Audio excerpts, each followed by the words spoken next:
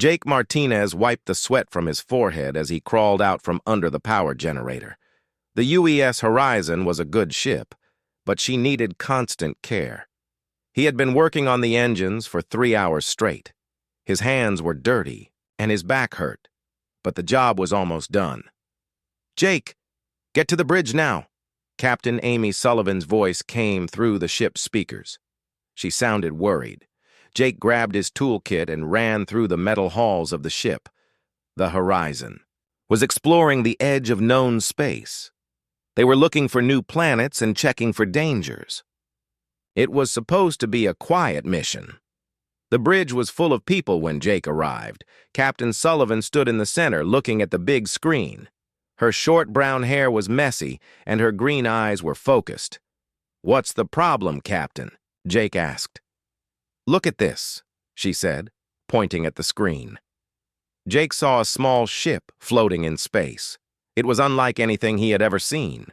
The ship looked like it was made from living wood and metal mixed together. Strange blue lights ran along its sides. It was beautiful but also alien. "It's not moving," said Lieutenant Kate Morrison from her station. "No power readings, no life support signals." "Any idea what kind of ship it is?" Captain Sullivan asked. Dr. Maya Patel looked up from her computer. "The design matches old stories about elf ships, but elves don't talk to humans. They avoid us completely." Jake stepped closer to the screen. The ship was damaged. He could see burn marks and holes in its side. "Someone's in trouble out there." "It could be a trap," said Lieutenant Morrison. "The elves don't like humans. Everyone knows that." Captain Sullivan crossed her arms. "Maybe, but if someone needs help, we have to try. That's what humans do." Jake nodded. He had always believed that helping others was the right thing to do. It didn't matter if they were human or not. "I'll go check it out," Jake said. "I can fix whatever's wrong with their ship." "Jake, that's dangerous," the captain said. "We don't know anything about elf technology." "All ships need power to work," Jake said with a smile. "Power systems are power systems. Besides, someone has to try." Dr. Patel looked worried. "The stories say elves are very proud. They might not want our help." "Then I'll be extra polite," Jake said. Captain Sullivan thought for a moment. "Take Kate with you and wear full space suits. We don't know what kind of air they breathe." 20 minutes later, Jake and Kate were floating through space toward the elf ship. Their small shuttle moved slowly and carefully. Jake carried his biggest toolkit and some emergency power cells. "The hull is definitely wood," Kate said, looking through her helmet's scanner. "But it's harder than steel. How is that possible?" "Elf magic, maybe," Jake said. "Or just really good science." They found an opening in the ship's side. The doors had been damaged in whatever fight had hurt the ship. Jake and Kate squeezed through the hole. Inside, the ship was even more beautiful. The walls curved like they had grown naturally. Soft lights moved under the surface like water. Everything was quiet. "Life support is failing," Kate said, checking her instruments. "Whoever's in here won't last much longer." They moved through the ship carefully. Jake looked for the power center while Kate searched for survivors. The ship was small but felt much bigger inside than it looked from outside. "Jake, over here!" Kate called. Jake found Kate standing over someone lying on the floor. It was a woman, but not human. She had long, pointed ears and pale skin. Her hair was silver like moonlight. She wore clothes made from materials Jake had never seen before. A bow made of crystal and metal lay next to her. "Is she alive?" Jake asked. "Yes, but barely," Kate said. "Her heartbeat is weak." Jake knelt down beside the elf woman. Even unconscious, she looked proud and dangerous. "We need to get power back to this ship fast." Jake found the power center in the heart of the ship. It was amazing. Crystals and metal worked together in ways that seemed impossible. But the main power crystal was cracked. Without it, the ship would die. Jake connected his emergency power cells to the ship's system. It was risky. Human technology and elf technology were very different. But basic electricity was basic electricity. The ship's lights got brighter. Air started moving again. Jake heard a soft humming sound as the ship came back to life. Jake. Kate's voice was sharp with worry. Jake ran back to where they had found the elf woman. She was awake now, and she was pointing her crystal bow right at Jake's chest. Her eyes were the color of starlight and full of anger. The bow glowed with energy. Jake knew it could kill him in one shot. But instead of being scared, he found himself impressed. Even hurt and weak, she had woken up ready to fight. "Nice shot placement," Jake said calmly. "Mind if I finish fixing your life support first?" The elf woman stared at him. Her bow stayed pointed at his heart. Jake could see she was trying to understand why he wasn't afraid or angry. "You fixed my ship," she said. Her voice was musical but hard. "Still working on it," Jake said. "Your main power crystal is cracked. I can patch it, but you'll need a real repair job soon." The elf woman's eyes moved to Jake's tools and the power cells he had connected to her ship. Slowly, very slowly, she lowered her bow. "Why?" she asked. "Because you needed help," Jake said simply. For the first time since he had met an elf, Jake saw surprise on her face. Maybe the stories about elves and humans were wrong. Maybe they could understand each other after all. The elf woman sat up carefully. "I am Lyra Moonwhisper. This is my ship, the Starleaf." "Jake Martinez," he said. "This is Kate Morrison. We're from the human ship Horizon." Lyra looked at them both for a long moment. "Humans," she said, like she was tasting the word. "Guilty. As charged," Jake said with a small smile, and for just a second Jake thought he saw Lyra almost smile back. Jake was still working on Lyra's power crystal when the alarm started screaming. The sound came from both ships at the same time. Kate ran to the small window and looked out into space. "Ships," she said, her voice tight with fear. "Big ones, and they're coming fast." Lyra was on her feet in seconds, despite her injuries. She moved to another part of her ship and touched the wall. Lights appeared under her fingers, showing images of space around them. "Krillians," she said.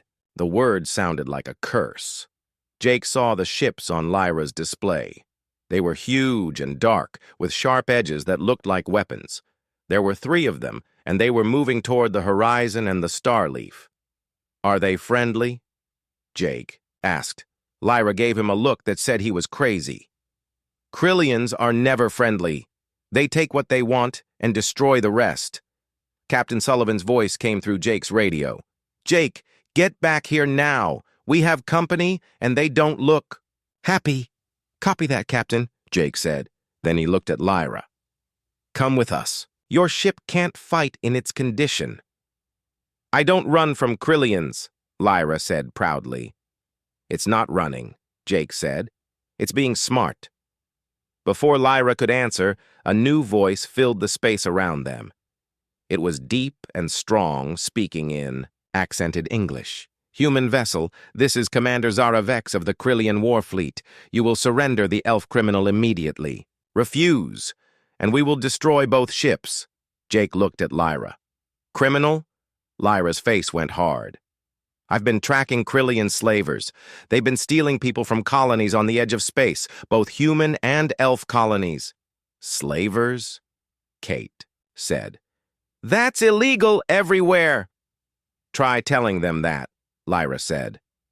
The radio crackled again. "You have 1 minute to decide," Commander Vex said. Jake thought fast. His engineering mind always looked for solutions, not problems. "What if we don't have to choose?" "What do you mean?" Lyra asked. "What if we work together?" Jake said. "Humans, elves, and Krillians. Stop the slavers together." Lyra stared at him. "You want to trust Krillians?" "I want to save people," Jake said. "And sometimes the best way to deal with an enemy is to make them your friend." Kate shook her head. "Jake, you're crazy." "Maybe," Jake said. "But it might work." Jake activated his radio. "Captain Sullivan, patch me through to the Krillian commander." "Jake, what are you doing?" The captain's voice was worried. Something stupid or brilliant, Jake said. I'm not sure which yet. The radio changed to a different frequency. This is Commander Vex. Speak quickly, human. Commander, my name is Jake Martinez. I'm an engineer. Lyra here tells me you're chasing slavers. There was silence for a moment. Then Commander Vex spoke again. The elf is a criminal. She entered Krillian, space without permission, to stop slavers, Jake said. Slavers who are hurting your people, too. Another pause. Explain. Jake looked at Lyra. She nodded slowly. The slavers have been hitting colonies on the border between our territories, Jake said. They take humans, elves, and Krillians. They sell them to whoever pays the most. You have proof of this? Commander Vex asked. Lyra touched her ship's wall again. Data flowed across the lights.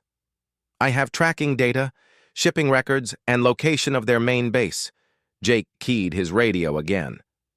Commander, what if we shared information?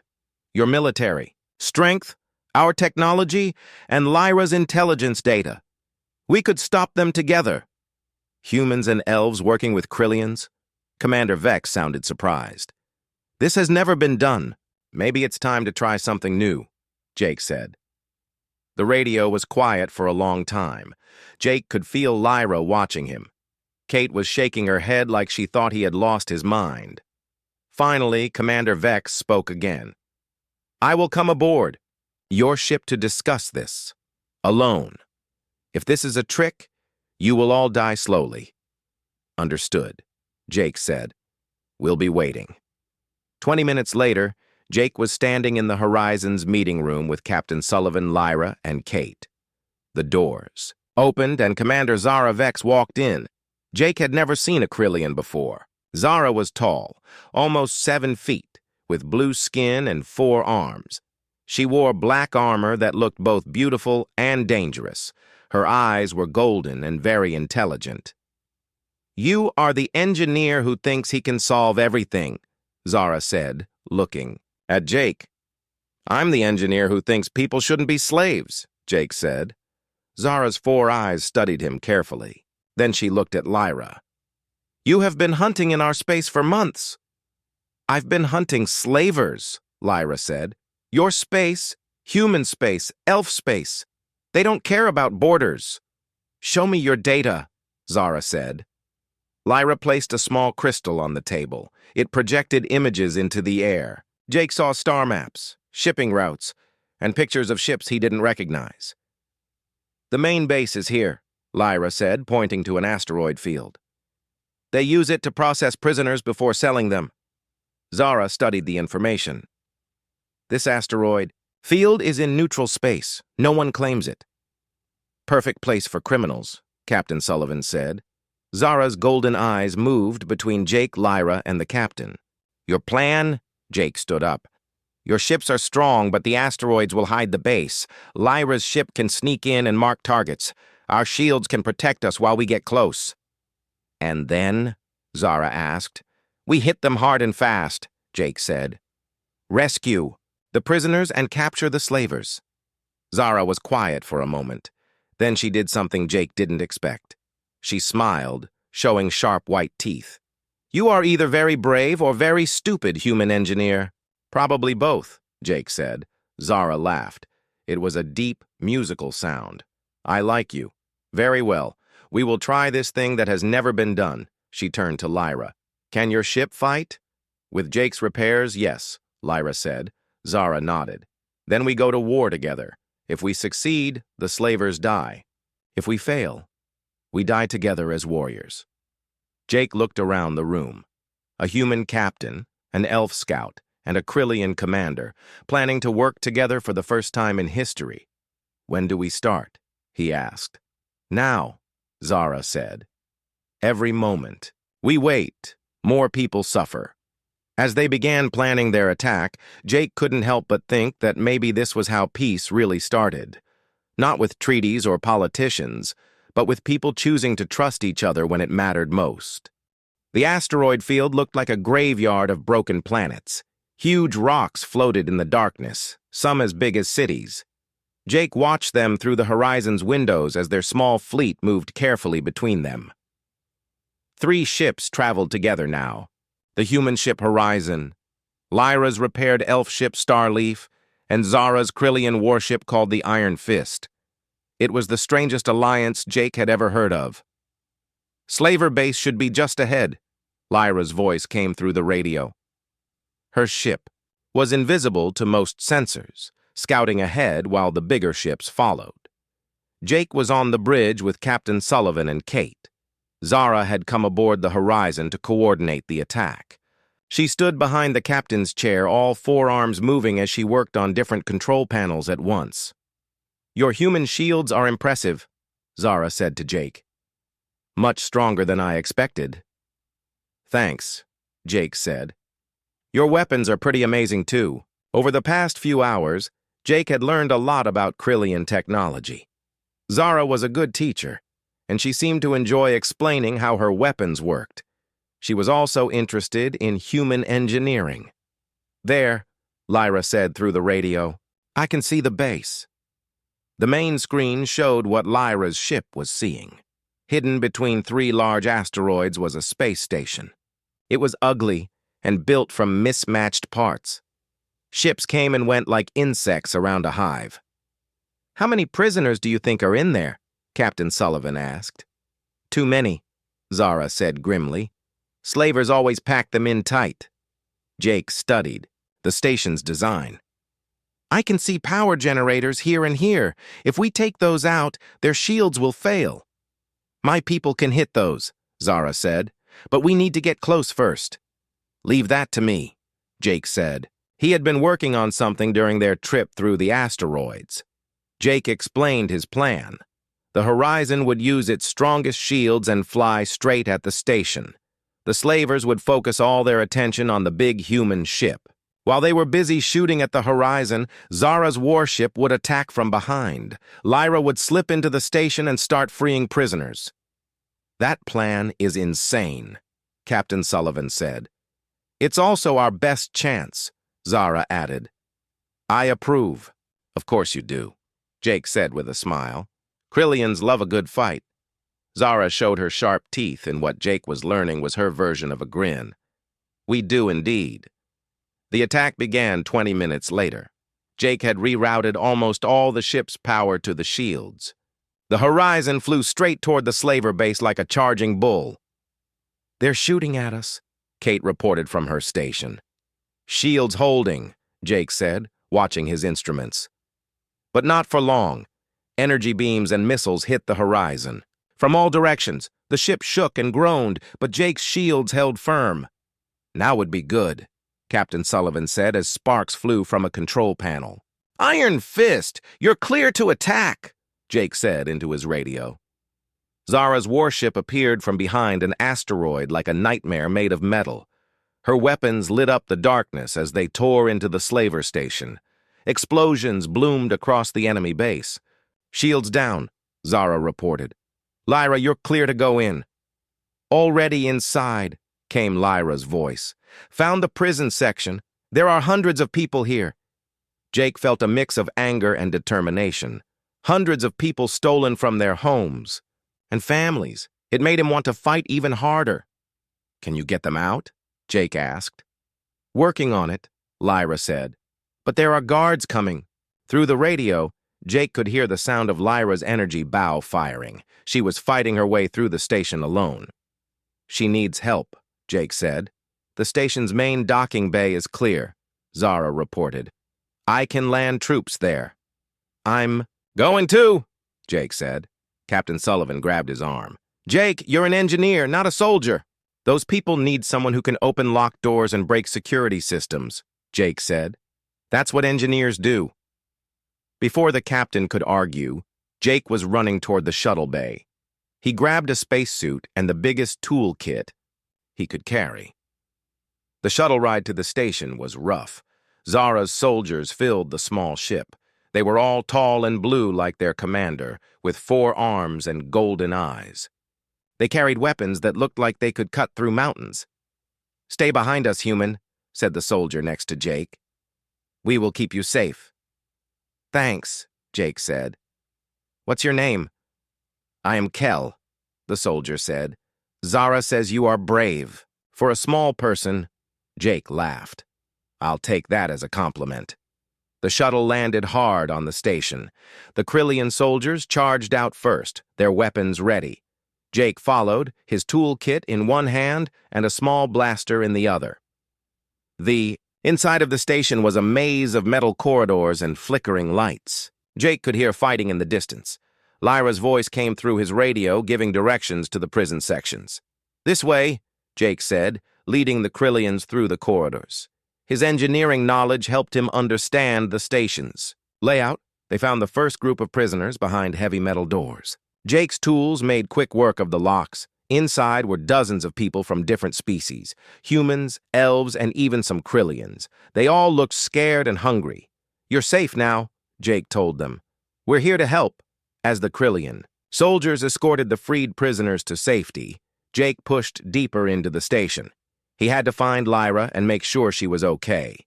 He found her in the main prison block, surrounded by unconscious guards. She was working on a massive security door that led to the high-value prisoner section. "Need some help?" Jake asked. Lyra looked up, surprised to see him.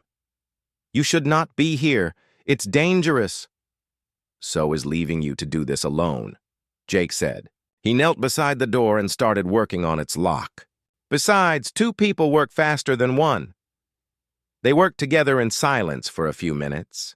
Jake couldn't help but notice how graceful Lyra's movements were, even when she was picking locks. Her silver hair caught the light as she bent over. Her work. "There," Jake said as the massive door clicked open.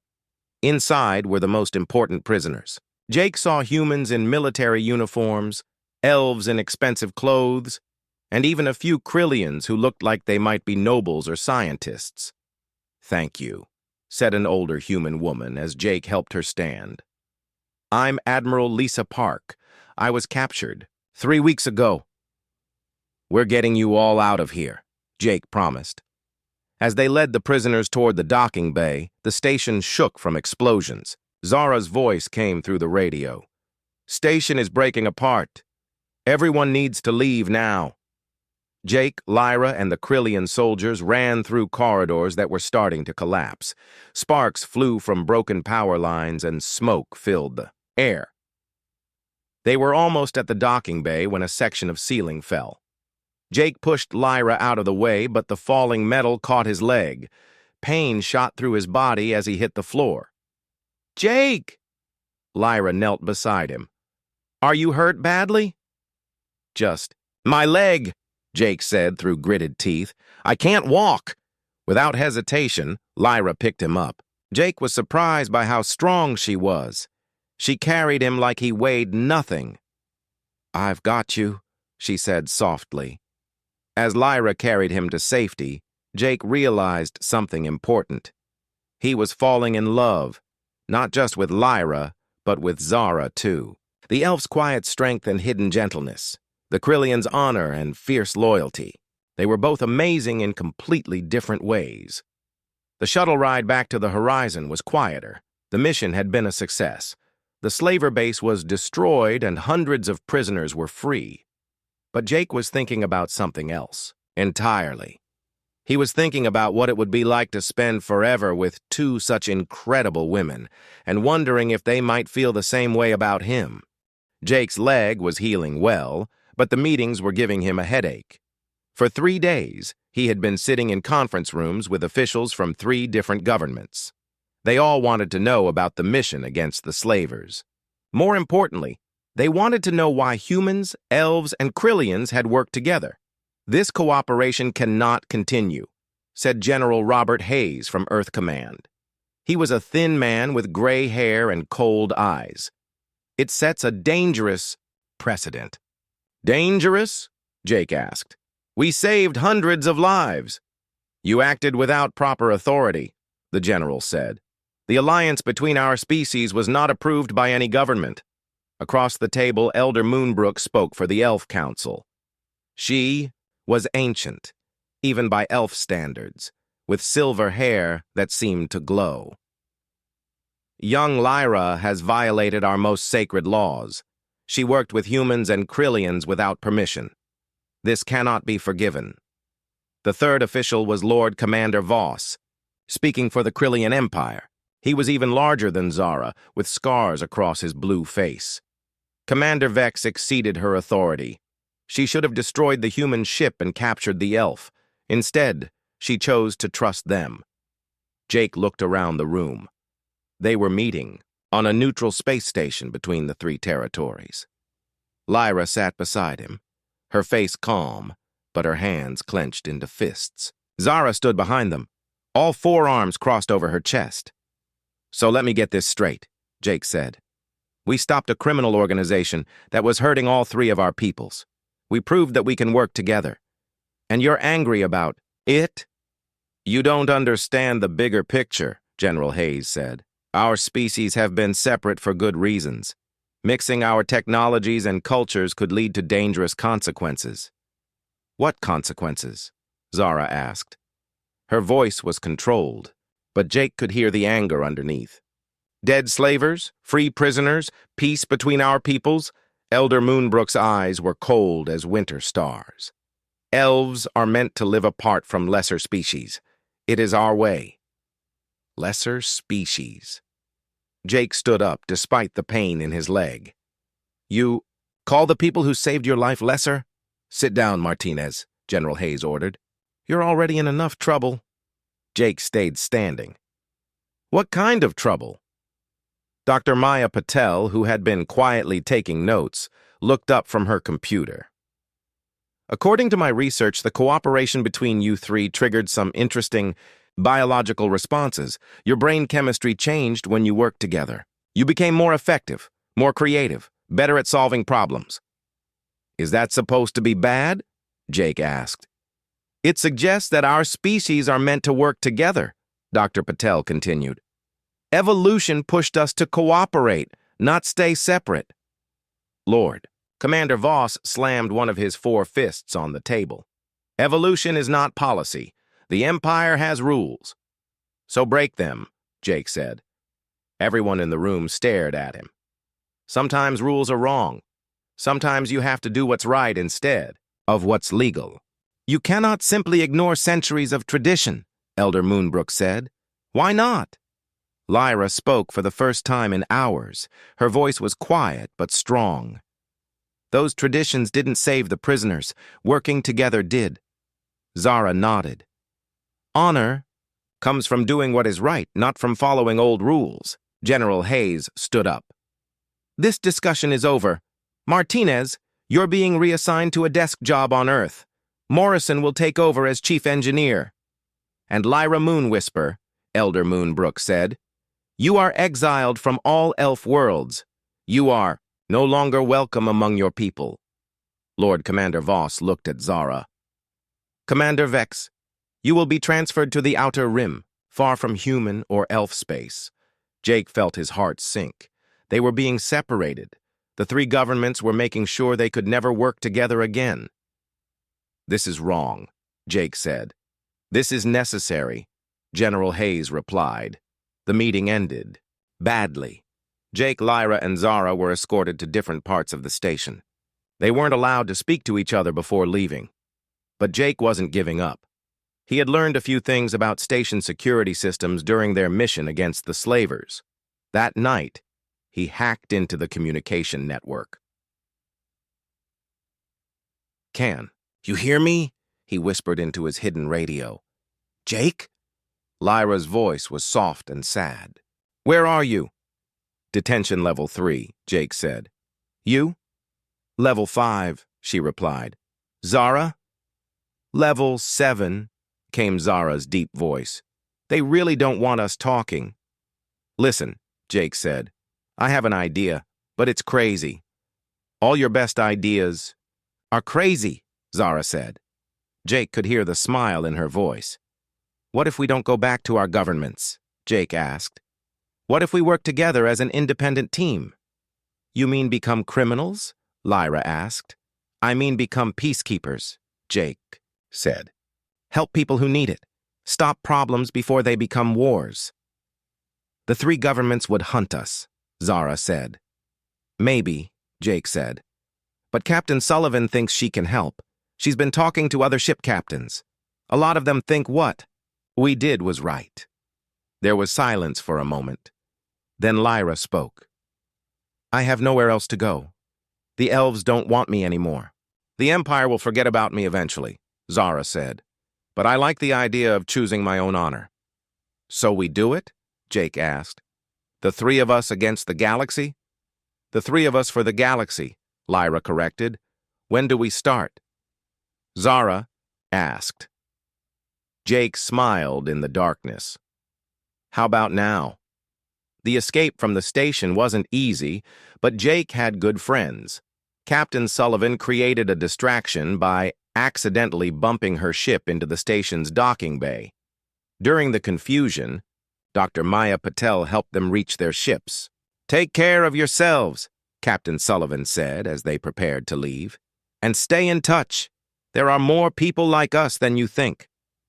As the three ships left the station together, Jake felt something he hadn't expected. He felt free. For the first time in his life, he was doing exactly what he wanted to do with exactly the people he wanted to do it with. Where to first? Lyra asked over the radio. I heard about some trouble near the Vega system, Zara said. Border disputes that could turn into a war. Sounds perfect, Jake said. Time to show the galaxy what cooperation looks like. As their small fleet jumped to hyperspace, Jake thought about the future. It wouldn't be easy. They would face danger and opposition from their own governments. But they would face it together. And together, Jake was beginning to realize they could handle anything. 6 months had passed since Jake, Lyra, and Zara had become independent peacekeepers. They had stopped 2 wars, shut down 3 criminal organizations, and rescued more people than Jake could count. Their reputation was growing across the galaxy, but today, Jake wasn't thinking about their missions. Today, they were on a peaceful planet called Haven, taking a rare break from saving the universe. The planet had beautiful forests and clean air. It was the perfect place to rest and think. Jake sat under a large tree, watching Lyra practice with her bow. She moved like a dancer, each shot perfect and precise. 50 meters away, Zara was doing combat exercises, her 4 arms moving in patterns that looked like art. These 2 amazing women had become the most important people in his life. But Jake had a problem. He was in love with both of them, and he had no idea if they felt the same way. You're thinking too hard again, Lyra said, walking over to him. I can hear your brain working from here.